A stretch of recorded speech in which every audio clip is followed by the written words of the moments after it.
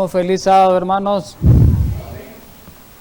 Que la gracia de Cristo siempre esté con vosotros, como decía el apóstol Pablo en su escrito. Así que en esta mañana es un gozo de nuevo estar aquí.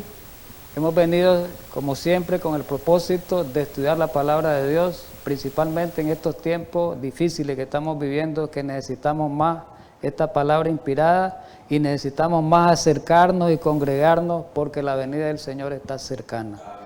Vamos a pedir la bendición divina para comenzar este estudio. Querido Padre Santo, Dios de misericordia, gracias en esta mañana una vez más, porque tú te revelas por medio de tu palabra. Y el Apocalipsis es una revelación directamente del testigo fiel y verdadero como es Cristo Jesús. Hoy estamos estudiando las 7 promesas del Apocalipsis. Y son promesas que son muy importantes para nosotros en este tiempo. Sabemos que mediante estas promesas tú quieres hacernos participantes de la naturaleza divina. Ayúdanos en esta mañana pues para que nos gocemos y nos alegremos del estudio de tu palabra al estudiar estas lindas y preciosísimas promesas. En Cristo Jesús. Amén. Vamos a avanzar, el tiempo es nuestro peor enemigo a esta hora.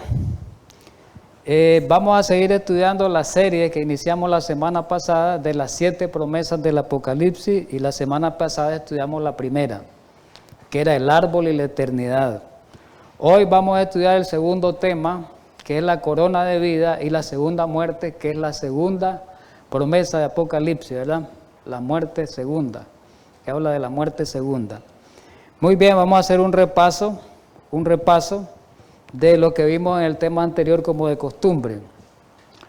Es muy interesante al hacer este repaso, al hacer esta apertura, con ese consejo o esas palabras que nos dice Dios por medio de la revelación en el libro Palabras de Vida del Gran Maestro. Ahí aparece en la página, aparece también traída de Eventos los Últimos Días. Ahí aparece la página número 14 de Eventos los Últimos Días. Y ahí dice algo claro, algo interesante. El último libro del Nuevo Testamento, dice, está lleno de verdades que necesitamos entender. El último libro del Nuevo Testamento, ¿cuál es? Apocalipsis. Dice que está lleno de muchas verdades que necesitamos comprender nosotros esta última generación. Sigue el consejo también ahí mismo en Eventos los Últimos Días, en la página 14. Dice que pronto se cumplirán las predicciones incumplidas del libro del Apocalipsis. Y da una advertencia ahora. El pueblo de Dios debe estudiar con diligencia esta profecía y entenderla claramente. Ese es el consejo de esta mañana. Que estudiemos, el Apocalipsis y que lo estudiemos con diligencia y que con la ayuda del Señor la podamos entender plenamente o claramente. Hay una bendición que estudiamos la semana pasada en el Apocalipsis para el que estudian este libro. Y la bendición se encuentra en Apocalipsis capítulo 1, versículo 3. Bienaventurado el que lee y los que oyen las palabras de esta profecía y guardan las cosas en ella escritas, porque el tiempo está cerca. Bienaventurado, o sea, dichoso, bendecido, el que lee, el que oye, pero hay una bendición más completa, más plena, el que guarda las cosas escritas en ella. Y la semana pasada estudiábamos qué significaba guardar, ¿verdad? Bien, la última parte del repaso, ya entrando a la última parte, en Hechos de los Apóstoles, el repaso 4:66, lo mencionábamos la semana pasada. En el Apocalipsis están reveladas las cosas profundas de Dios. Por eso es interesante estudiar con diligencia este libro, porque ahí aparecen las cosas profundas de Dios, los secretos de Dios revelados principalmente para esta última generación, que tanto necesitamos de esos consejos.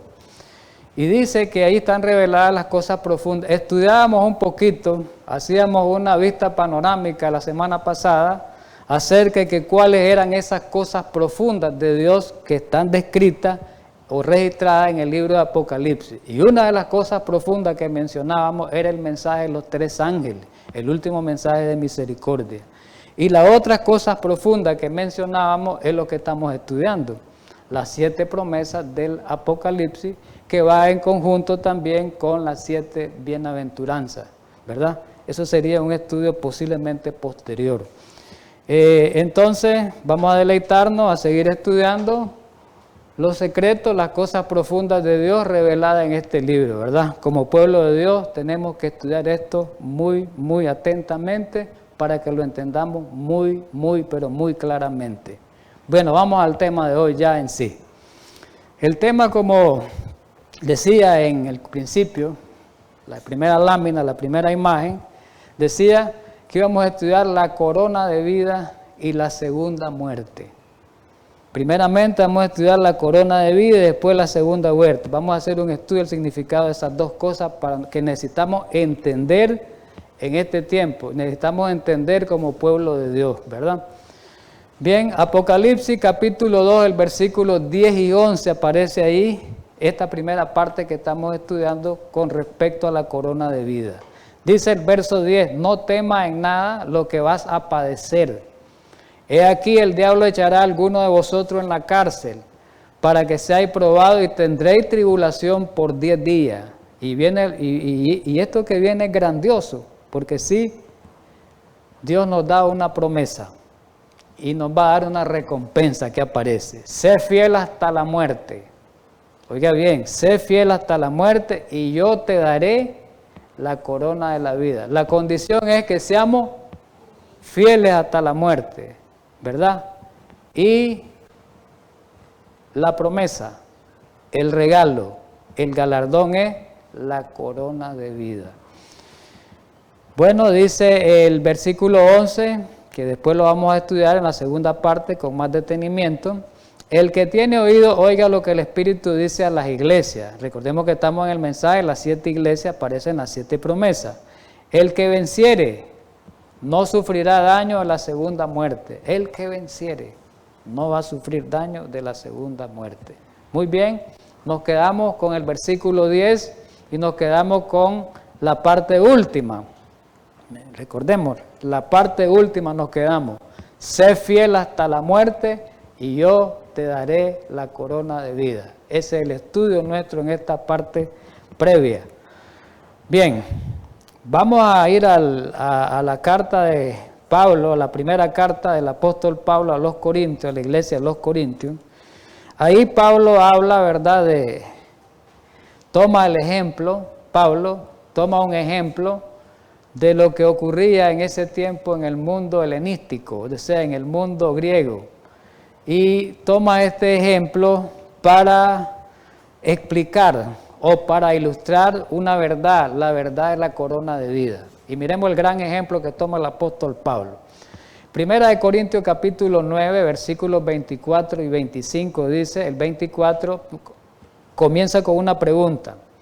¿No sabéis que los que corren en el estadio, toda la verdad corren, pero uno solo lleva el premio? Y entonces dice el apóstol Pablo, corred de tal manera que lo obtengáis. Lo aplica al cristianismo. Versículo 25, todo aquel que lucha, está dando el deporte, habla primero, el versículo 24 habla de una carrera, después el versículo 25 habla de una lucha. Todo aquel que lucha, de todo se obtiene.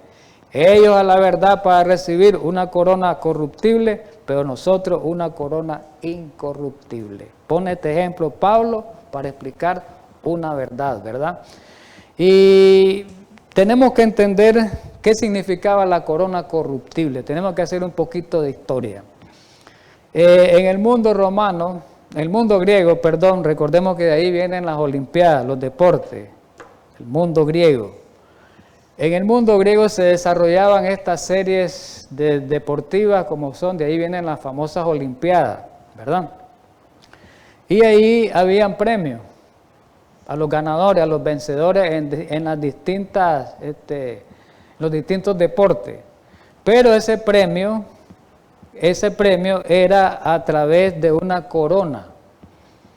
Y esa corona no era de metal, no era de nada precioso, era solamente una corona, una guirnalda de hojas de laurel y flores. Por eso Pablo está tomando ese ejemplo, hojas de laurel y flores. Se le daban a los atletas que obtenían la victoria en los Juegos Olímpicos, más o menos así pues, parecido. Entonces, el apóstol Pablo pone ese ejemplo y dice él que si aquellos se esforzaban para ser vencedores en la práctica, cuando ellos se preparaban, en la preparación que hacían para ir a una competencia, tenían una preparación dura, donde tenían que dejar muchas cosas, donde habían muchas prohibiciones de parte de ellos, se hacían muchas prohibiciones. Entonces el apóstol Pablo pone cómo ellos hacen tantas cosas, tantos sacrificios para obtener una corona que se marchita, una corona que no sirve para nada. Y pone el ejemplo de Pablo, nosotros hagámoslo con mucho más razón, dice Pablo, nosotros los cristianos, ¿verdad? En ese tiempo y ahora los cristianos de este tiempo, nosotros lo que tenemos que hacer para ganar la corona verdadera, para ganar la corona de vida, para ganar la corona de eternidad o la corona incorruptible, tenemos que luchar, dice, más tenazmente, dice, y más fielmente, dice. Eso es lo que está diciendo el apóstol. Vamos a ver un poquito en el comentario bíblico, nos va a ayudar a esto que estamos diciendo. En el tomo 6, en la página 731, hablando de estos pasajes. En la vida los hombres se afanan en busca del éxito temporal. Eso hacían los griegos. Éxito temporal. ¿Qué le daba esa corona? ¿Qué representaba esa corona? No valía nada. Pero el hecho de tener esa corona, que se marchitaba, esa corona perecedera, eso les daba un gran honor, una gran fama tenían ellos, un honor, una fama se extendía lejos, por distintos lugares. Entonces, ahora aplicado a la vida actual, en la vida de hoy, los hombres se afanan en busca de obtener el éxito temporal. Eso nos pasa. Y lo logran muchas veces sometiéndose a mucho sacrificio y sufrimiento. Y eso es una realidad. Cuando vamos a estudiar una carrera profesional, óigase bien, quiero ser un ingeniero, un médico, un máster en ingeniería, o obtener un doctorado en distintas carreras. Se esfuerzan, hay un esfuerzo máximo, algunos si son pobres, aguantar hambre, mal comido para ir a la universidad a estudiar, duerme mal uno, se desvela estudiando y estudiar mucho, esforzar mucho, la mente, todo eso es sacrificio. Dice, para obtener algo perecedero. Y aquí dice esta cita, y dice, voy a leerlo rápido, de nuevo repetido. En la vida los hombres se afanan en busca del éxito temporal y lo logran muchas veces sometiéndose a mucho sacrificio y sufrimiento. Y están dispuestos a someterse a todo, con tal de ser famosos delante del mundo. El doctor tal, el científico tal, famoso, fama en el mundo, fama y dinero. Si todo esto lo hacen por una corona que pronto perece, este es el consejo ahora para nosotros, por eso Pablo lo dijo allá en la carta que acabamos de leer, cuanto más ferviente y perseverante debe ser la lucha del cristiano por la corona, dice, inmarchitable, en otro inmarcesible, de la vida eterna, dice. Qué interesante esto, hermano. Y esto me trajo a la mente las palabras de Jesús. Nos trae a la mente, a mí me trajo a la mente en ese momento y ahorita lo plasmo aquí, las palabras de Jesús que aparecen en Lucas 14, el versículo 33. Así pues cualquiera de vosotros, óigase bien, que no renuncie a todo lo que posee, no puede ser mi discípulo. Calza en la misma idea. Jesús dijo, para ser mi discípulo, tenés que renunciar a todo lo que posee. Es como la carrera. La carrera tenía que renunciar a muchas cosas, tenía muchas restricciones. Y estaba concentrado solo en la carrera, concentrado solo en el deporte.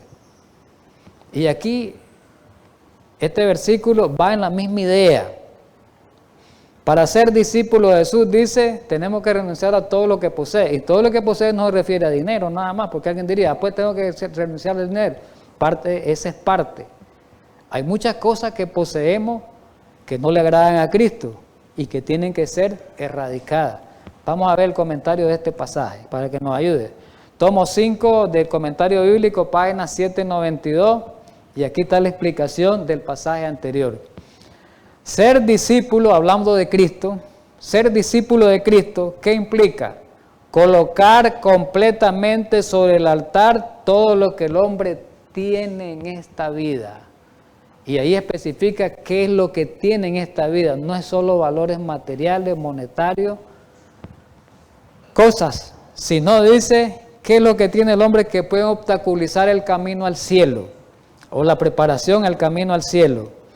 Planes, pueden ser que mis planes míos, egoístas, el plan de nosotros egoístas, obstaculicen el camino a la salvación. Ambiciones, el ambicionar dinero, el ambicionar poder, el ambicionar honores, eso puede estar en contra del discipulado de Cristo. Pero después sigue, amigos, hasta los mismos amigos, óigase bien, pueden ser una influencia que sea contraria a los planes de Dios. Entonces yo también tengo que renunciar también a amigos cuando va en contra de la dirección de Dios, esa influencia de ellos. Pero eso no lo entendemos la mayoría de los cristianos. Posesión, parientes, óigase bien. Y esto se malentiende a veces. Después está diciendo el hermano que no le hablemos a la familia. Mucho de eso hay cosas que hemos predicado aquí, he predicado como que se tergiversa. Se malentiende o se malinterpreta cuando yo las explico y las entienden mal. Pariente, renunciar a parientes, no significa que seas enemigo de los parientes o familiar. Mantener la relación dentro del lazo familiar, pero dentro del contexto del cristianismo. La influencia tuya, la influencia del cristiano que prevalezca sobre ella, no la influencia de ella, del mundo, sobre mí, porque me va a arrastrar hacia el mal. ¿Estamos de acuerdo? Posesiones, ya sabemos, el joven rico, recuerden, riquezas. ¿Y qué más? Y cualquier otra cosa. ¿Y qué dice más? Y todas las cosas que puedan interferir con su servicio para el reino de los cielos. ¿Qué les parece? Vamos al ejemplo de Pablo. El ejemplo del apóstol Pablo. Segunda de Timoteo capítulo 4, versículos del 6 a 8. Un gran ejemplo. Jesús primero, nuestro ejemplo, y el apóstol Pablo un gran ejemplo en esta vida de sacrificio que tuvo. En esa vida de abnegación. Primero Jesús, ¿verdad? Pero tenemos el ejemplo de Pablo. Vamos a ver primero Pablo y después vamos a ver a Jesús, ¿verdad? Con detalle. Segunda de Timoteo 4, del 6 al 8, la última carta que fue escrita por el apóstol, esta carta fue a Timoteo, la última de su vida. Estaba ya en la última prisión que él estuvo, la última vez que estaba en la cárcel. Dice el verso 6, porque yo ya estoy para ser sacrificado y el tiempo de mi partida está cerca. Dice en otra versión, aquí dice está cercano. Ya sabía Pablo. Pero Pablo con seguridad, mire lo que dice Pablo, con seguridad he peleado la buena batalla. Ya voy a morir, dice Pablo. Pero me siento bien, me siento gozoso, dice Pablo. Porque he peleado la buena batalla, por eso me siento gozoso aunque voy a morir. He acabado la carrera, 3 cosas, y he guardado la fe. 3 cosas. Pelear la buena batalla, acabar la carrera. Recordemos que la vida del cristiano es una batalla, es una guerra. La vida del cristiano es una carrera y la vida del cristiano es fe, es guardar, retener la fe, ¿verdad? Pero Pablo dice en el versículo 8, ya aplicado a nosotros, por lo demás me está guardada la corona de justicia. Como he cumplido, he peleado la buena batalla, he acabado la carrera, he guardado la fe. Ya estoy salvo, quiso decir Pablo ahí. Solamente espera. Allá me está guardada la corona de justicia. para los vencedores. La cual me la dará, recordemos que Cristo es el que nos va a coronar, la cual me dará el Señor, juez justo, en aquel día. No está hablando que la corona de vida la va a dar en cuanto Pablo murió, en el cielo se la dio. En aquel día, y no solo a mí, cuando venga Jesús, sino también a todos los que aman su venida. Clase de promesa esa, ¿verdad? Y el comentario bíblico nos ayuda a entender un poquito esto también, o a terminar de entenderlo. En el camino de la salvación hay que librar una batalla tras otra, como dice el apóstol Pablo. Pero cada cristiano, cada uno de nosotros, tenemos el privilegio de obtener la victoria en cada paso del camino. En cada etapa de nuestra vida cristiana tenemos que ir obteniendo victoria y tenemos que ir en el proceso de crecimiento, no estancamiento y no retroceso. ¿Estamos de acuerdo? La pregunta es, ¿cómo peleó para decir esas palabras Pablo?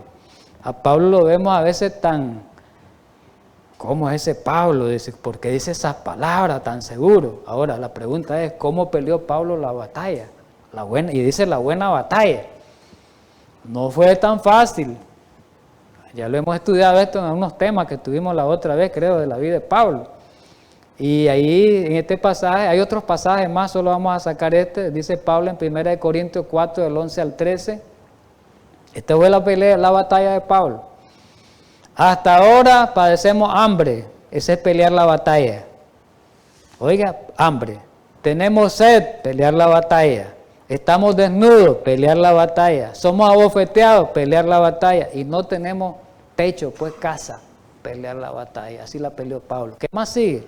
Nos fatigamos trabajando con nuestras propias manos. Nos maldicen, pelear la batalla. Y bendecimos. Padecemos persecución, pelear la batalla y la soportamos. Y viene algo más terrible, que de esto no nos escapamos los que predicamos el Evangelio y queremos ser fiel a Dios. Nos difaman, levantar falso, nos difaman. Y rogamos, hemos venido a ser hasta ahora como la escoria del mundo, el desecho de todo. Mire qué clase de pelea la que tuvo Pablo esa batalla.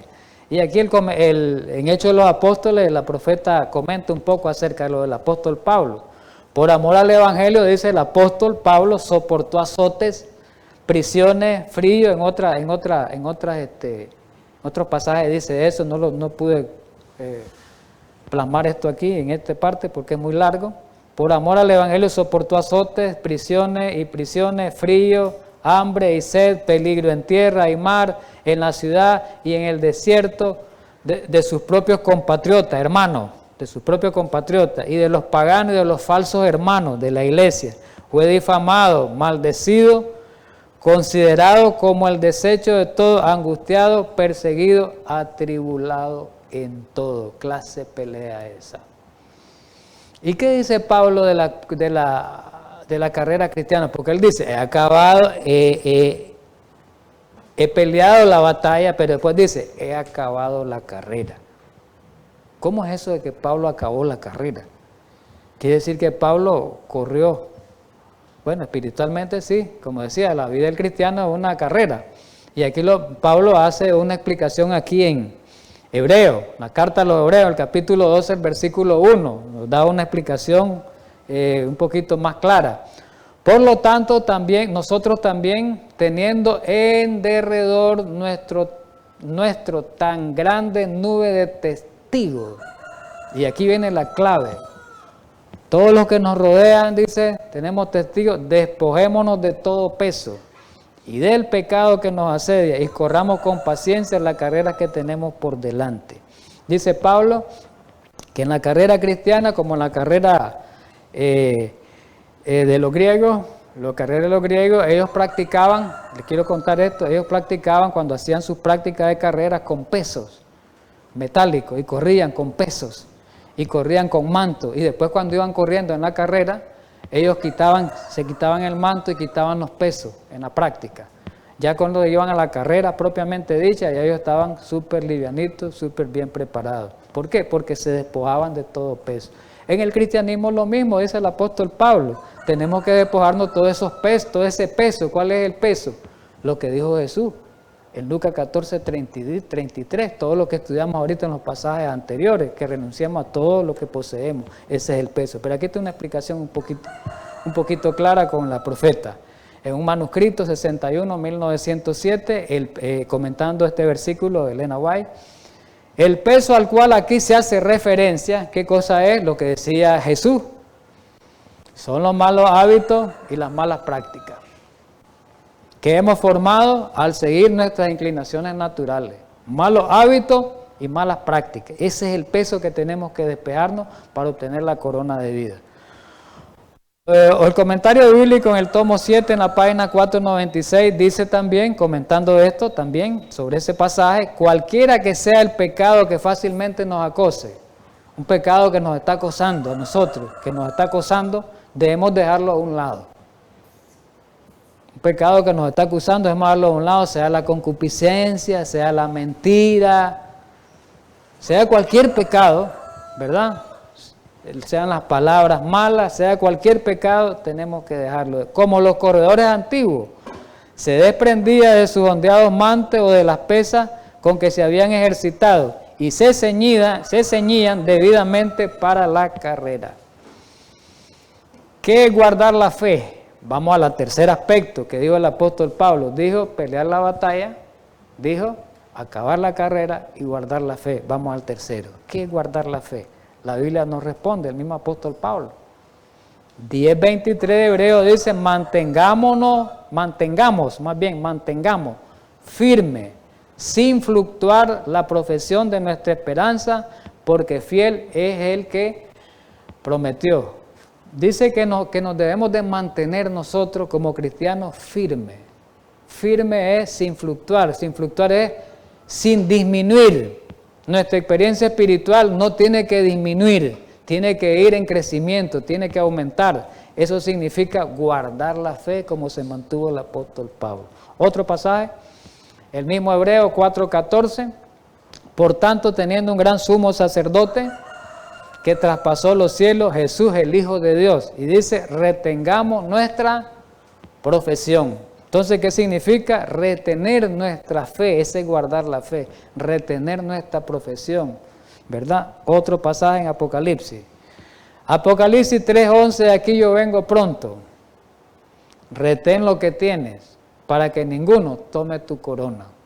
Entonces, ya en resumen, todo lo que hemos dicho, que cada cristiano guarda la fe, ¿cuándo? Cuando vive personalmente los principios de esa fe. Entonces, ahí es que cada cristiano va a guardar la fe. Cuando practicamos la verdad, cuando somos hacedores de la verdad, cuando somos practicantes de la verdad. Ahí es que guardamos la fe. Vamos al ejemplo de Jesús. Ya miramos Pablo. Miremos a Jesús. ¿Cómo guardó la fe Jesús? Es importante porque recordemos que Jesús es nuestro ejemplo. ¿Cómo guardó la fe Jesús? ¿Y por qué esta pregunta? Porque Jesús dijo, o Juan, el apóstol Juan dijo, que el que permanece en Cristo debe andar como Él anduvo. ¿Verdad? Así dice el pasaje. Primera de Juan 2:6, el que permanece en Él debe andar como Cristo. Debemos andar como Él anduvo. Entonces, si Cristo es mi ejemplo, entonces tengo que aprender a andar como Él anduvo. Tenemos que aprender a andar como Él anduvo. Pregunta, y eso significa guardar la fe. ¿Cómo guardó la fe Jesús? Filipenses nos ayuda. Capítulo 2, versículos 8 y 9. Y estando en la condición de hombre, como hombre Jesús, recordemos que Jesús era Dios y era hombre, pero aquí estamos hablando de la condición humana. Y estando en la condición de hombre, ¿qué hizo Jesús para guardar la fe? Como dice así, se humilló a sí mismo.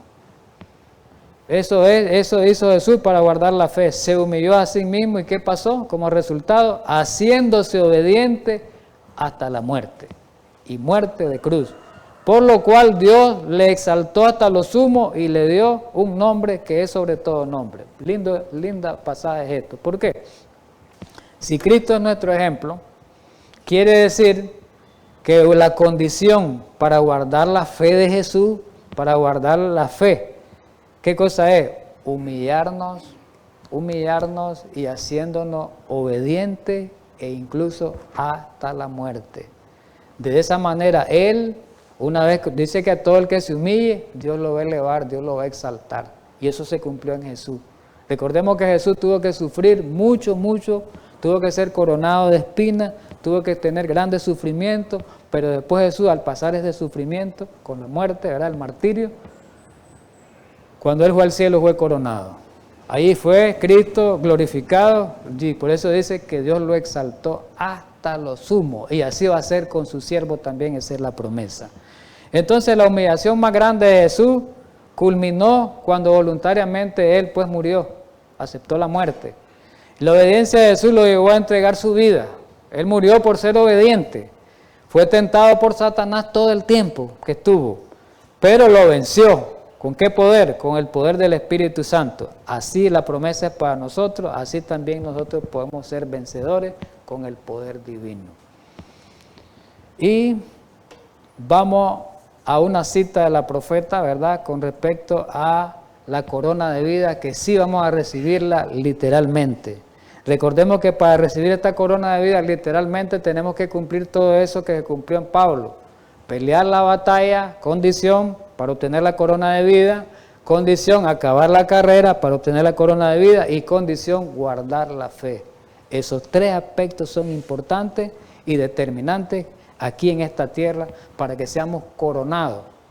Y todo eso que estudiamos hoy, que implicaba humillación como la de Jesús, pero allá va a ser, allá Cristo nos va a glorificar, nos va a exaltar hasta lo sumo. Miremos lo que dice esta cita inspirada en la Review Angela del 22/11 de 1898.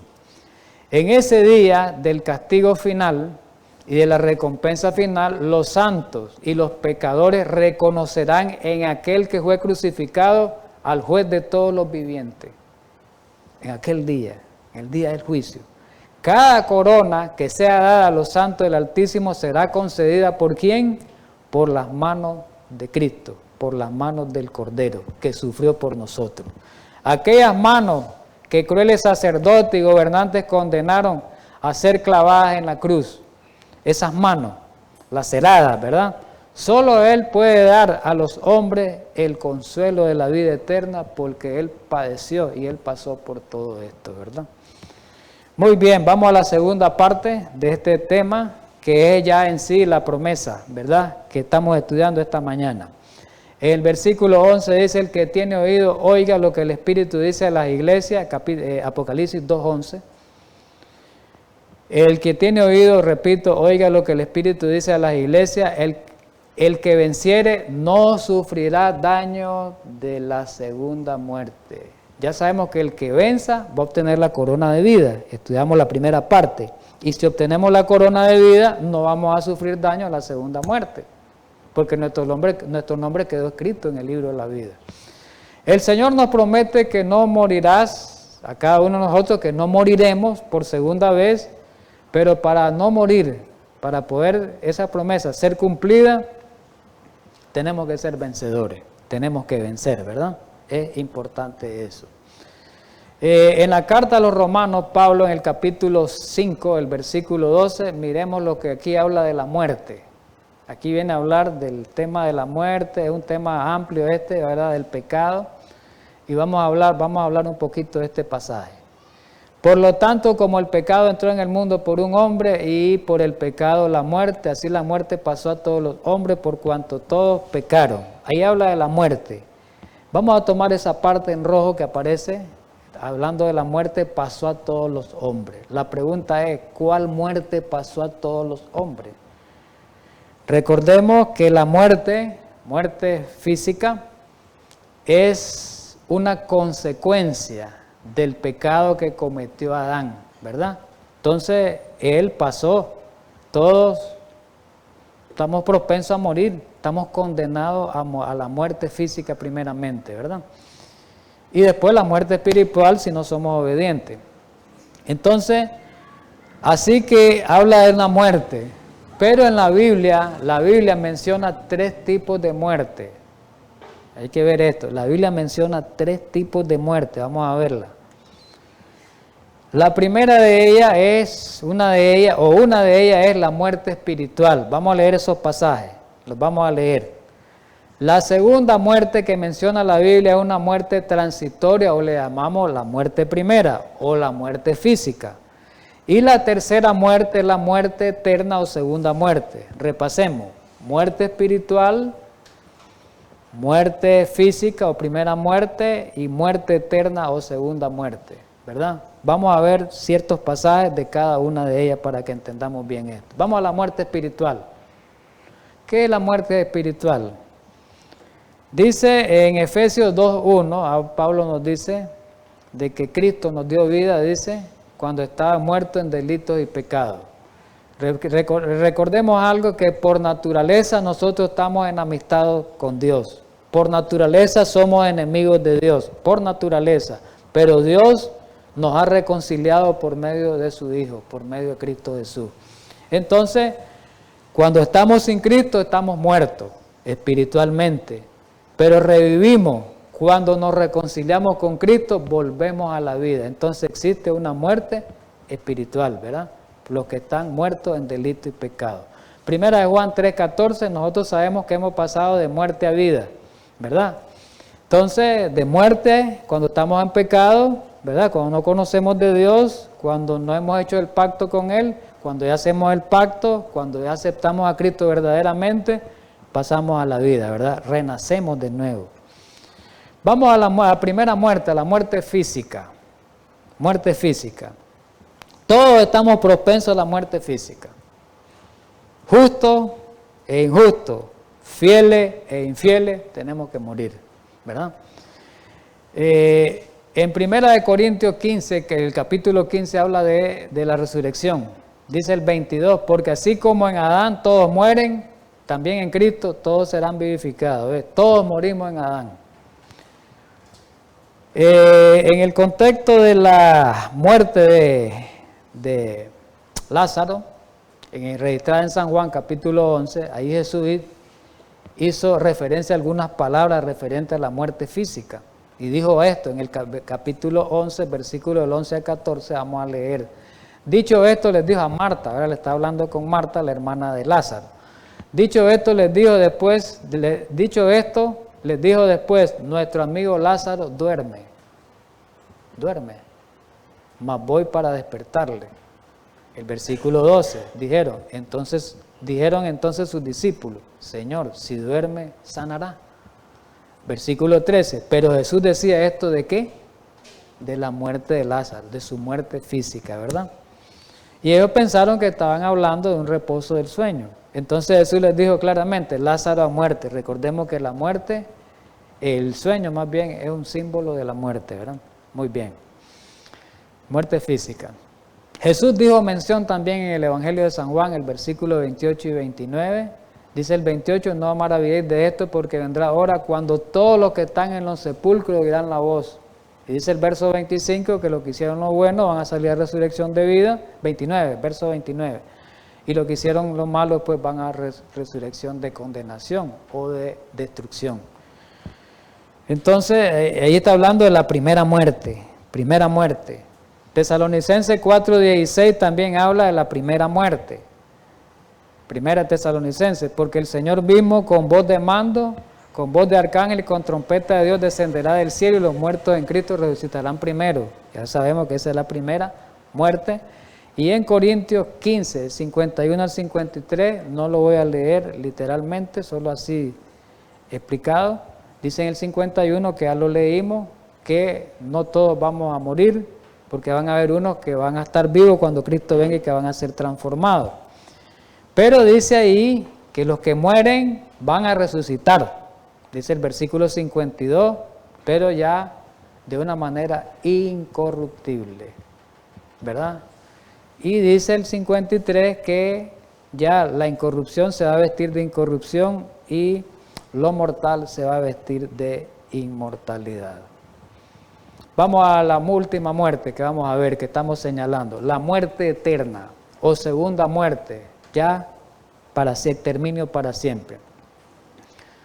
Romanos el capítulo 6, el versículo 23 dice, porque la paga del pecado es muerte, mas la dádiva de Dios es vida eterna en Cristo Jesús nuestro Señor. Aquí no podemos confundir. Este pasaje no está hablando de la muerte primera, la muerte que todos vamos a morir. No, está hablando de la muerte eterna, muerte segunda. ¿Por qué? El contexto lo está diciendo. Si aquí está hablando que la dádiva de Dios es vida eterna, entonces quiere decir que la paga del pecado es muerte eterna. ¿Estamos de acuerdo? Entonces aquí está hablando de la muerte eterna, segunda muerte, destrucción, aniquilamiento total, ¿verdad?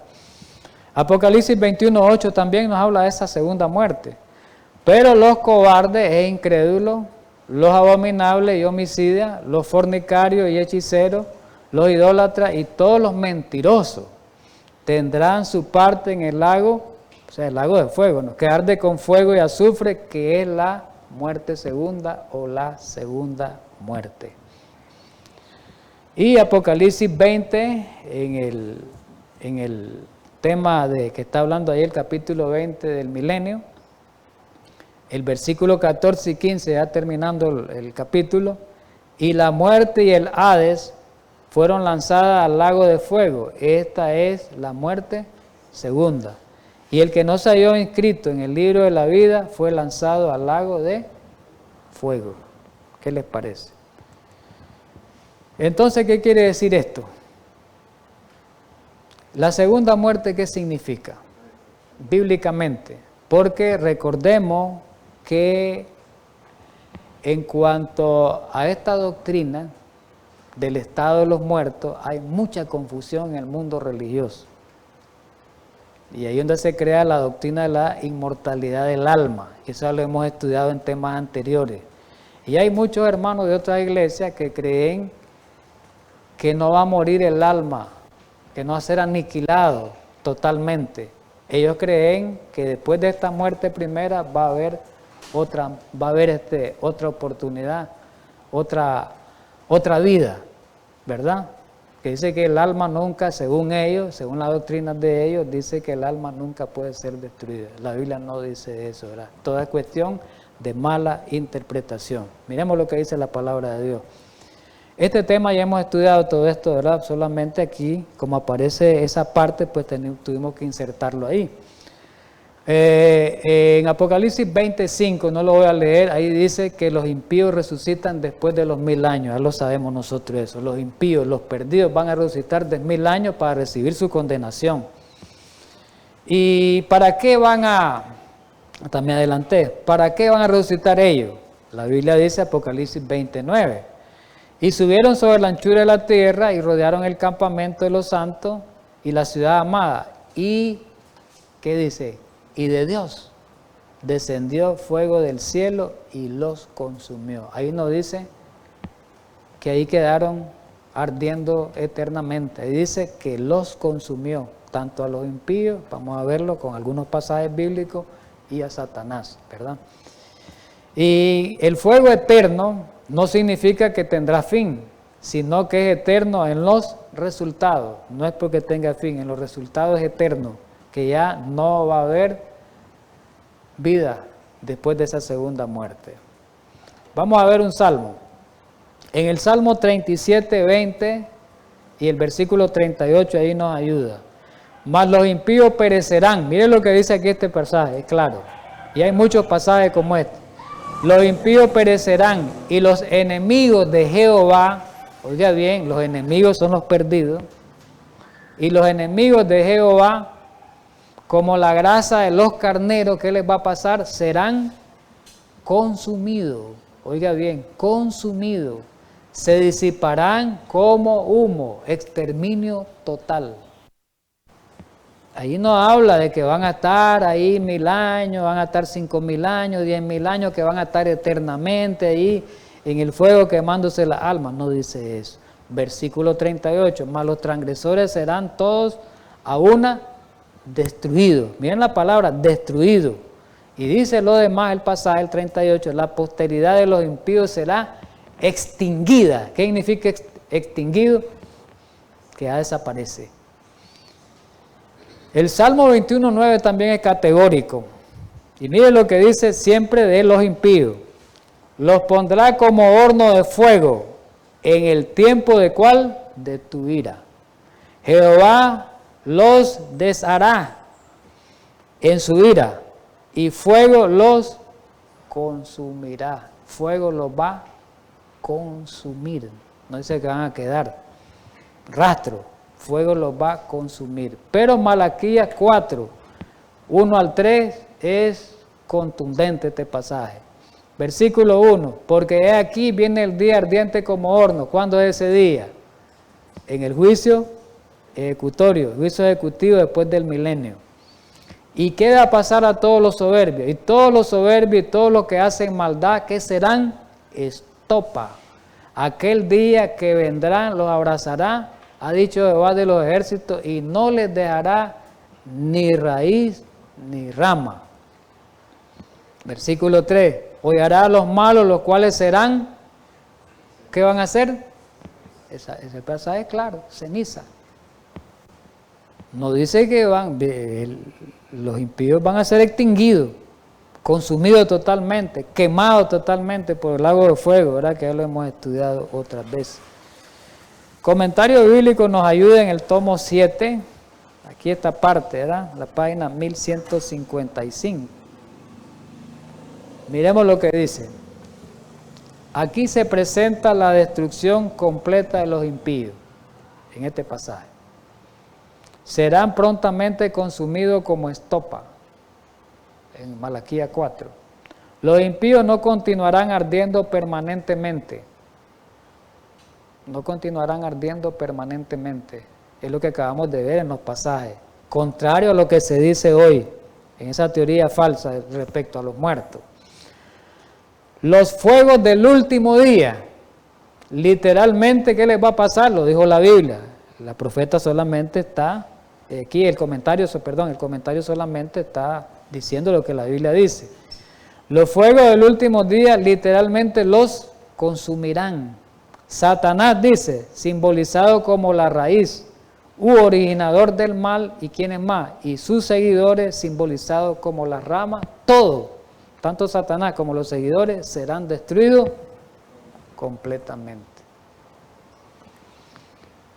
Y el diablo, aquí habla este pasaje en Ezequiel 28, pues, para que le demos más apoyo, hablando ahí de Satanás. El 18 y 19. Con 18 dice, con la multitud de tus maldades y con la iniquidad de tus contrataciones profanaste tu santuario. Yo pues saqué fuego de en medio de ti, oiga bien, que en el último día, el cual te consumió. ¿Y qué te puse? Como ceniza sobre la tierra a los ojos de todos los que te miran. Y después el versículo 19 dice, todos los que te conocieron de entre los pueblos se maravillarán sobre ti. ¿Y qué dice? Espanto será y para siempre dejará de ser. No es cierto que Satanás está allá en el infierno y que está ahí, dicen, con un trinchante atizando el fuego. Eso es una mentira, ¿verdad? Eso es pura locura, ¿verdad? Bien, ya vamos a ir terminando. El libro de la vida, recordemos que mucho se habla en la Biblia del libro de la vida, está en el cielo, en la actualidad. Y que en él están escritos ¿quién? Los nombres de quienes, de todos los que no serán destruidos en el lago de fuego, de todos los vencedores, ahí los que van a quedar como vencedores. Y para terminar, miremos este pasaje de Jesús que ya lo leímos. Y dice Filipenses 2:8, y estando en la condición de hombre, oiga bien, estando en la condición de hombre, se humilló a sí mismo. Esto es importante para nosotros, haciéndose obediente hasta la muerte y muerte de cruz. Lo que hemos venido estudiando hoy con la corona de vida. Estudiábamos. Entonces, para el comentario final y cierre, la conclusión, ¿qué quiere Dios de nosotros en este tiempo? ¿Qué quiere Dios de nosotros esta mañana? Dios quiere que seamos fieles. ¿Fieles cómo? Sí. fieles ante cualquier circunstancia, no fieles solo en los tiempos buenos, no solo fieles en los tiempos de paz, no solo fieles en los tiempos de prosperidad material, porque Él nos tiene que probar. Dios quiere que seamos fieles en cualquier circunstancia, prueba, tribulación e incluso si nos tocara morir. Recordemos que se nos avecina una crisis y para esa crisis necesitamos una fe que hoy por hoy, dice el Consejo Inspirado, no la tenemos. Una fe capaz de soportar cansancio, sed y hasta la muerte. Así como Cristo, que es nuestro ejemplo, fue fiel hasta la muerte, Él nos dio el ejemplo, sus seguidores deben de serlo también. ¿Y qué vamos a obtener como resultado? Y de esa manera vamos a obtener el galardón, de esa manera obtendrán la corona de la vida eterna y por consiguiente no vamos a sufrir el daño de la segunda muerte. Así que mi querido hermano, en esta mañana es una gran bendición, como decía las palabras que dijo Juan, que se las dio el testigo fiel en el capítulo 1, en el verso 3, es una gran bendición estudiar este libro. Y hoy, en esta mañana, hemos alcanzado esa bendición, hoy que estamos abriendo ese libro. Los que estamos aquí, los que están oyendo, los que están viendo también, los que están oyendo por radio, los que están viendo por distintos medios, también ellos alcanzan la bendición. Porque Dios es fiel y cumple su palabra. Y en esta mañana hemos sido grandemente, doblemente bendecidos, porque hoy es sábado, tenemos una bendición especial como su pueblo, y porque hemos abierto, porque hemos estudiado el libro de Apocalipsis, y por sobre todo, que hemos estudiado uno de los secretos de Jehová, revelados, como son las promesas del Apocalipsis. Ojalá pues podamos entender bien este mensaje, podamos practicarlo y podamos explicarlo también. Dios quiera que así sea, mi querido hermano, en esta preciosa mañana. Vamos a terminar para despedirnos invitándolo, porque seguimos con el tercer tema de la serie, siempre estudiando las 7 promesas del Apocalipsis para la próxima semana. Así que están invitados los hermanos que nos están viendo, invitados los hermanos aquí presentes también. Vamos a terminar orando. Amado Padre Celestial, gracias infinitas por habernos ayudado a estudiar tu santa palabra hoy esta mañana. Gracias por esas ricas y grandes bendiciones que tú quieres derramar a su pueblo y hoy hemos sido bendecidos, Señor, por esas bendiciones grandes que tú tienes para su pueblo. Gracias por el estudio del Apocalipsis que requiere mucha diligencia. Ayúdanos para que seamos diligentes al estudiar las Escrituras y sobre todo este libro que tiene que ver con lo que está ocurriendo y con lo que va a ocurrir en el futuro. Gracias por esas preciosas promesas, Señor. En Cristo Jesús. Amén.